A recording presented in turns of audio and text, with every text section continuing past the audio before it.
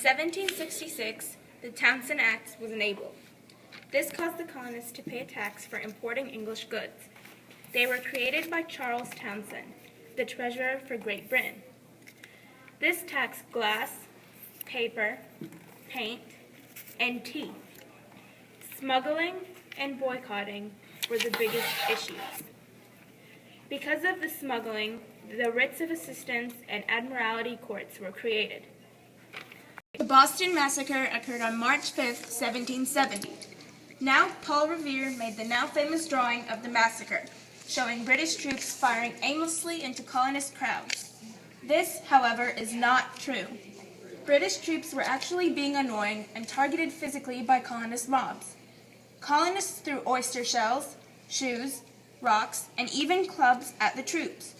Finally, British troops began firing into the crowds to protect themselves. Again, unlike Revere's propaganda, only 5 colonists died. Not an unholy, bloody slaughter live in the photo. This caused, however, a mass movement in people's desires to revolt against England. The Tea Act, possibly the most hated tax there was. Now, it repeals the 3-cent tax on tea.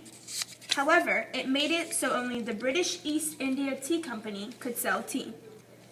This meant it was now a monopoly.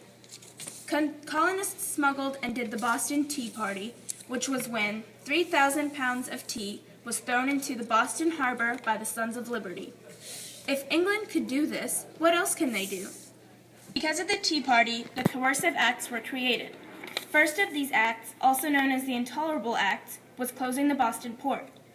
The Second Administration of Justice was established. This meant if a just court couldn't be achieved, the trial would be elsewhere. The third was the Massachusetts Government Act, which took Massachusetts' charter and King Charles took over. The fourth was the Quartering Act, which made colonists House of Troops. Finally, and probably the most influential, Lexington and Concord. This was known as the shot heard round the world. Governor Gage, the King's choice of Massachusetts governor, wants to crack down on the Minutemen. He knows there is a mini armory in Lexington. 700 men go to Lexington. However, 70 Minutemen get word of the oncoming troops and defend. They're killed by the British, and the British move on to Concord. However, word had spread to Concord about the oncoming attack, and they do guerrilla warfare. Eventually, British turn around and go back to Boston. This was the beginning of the Revolution.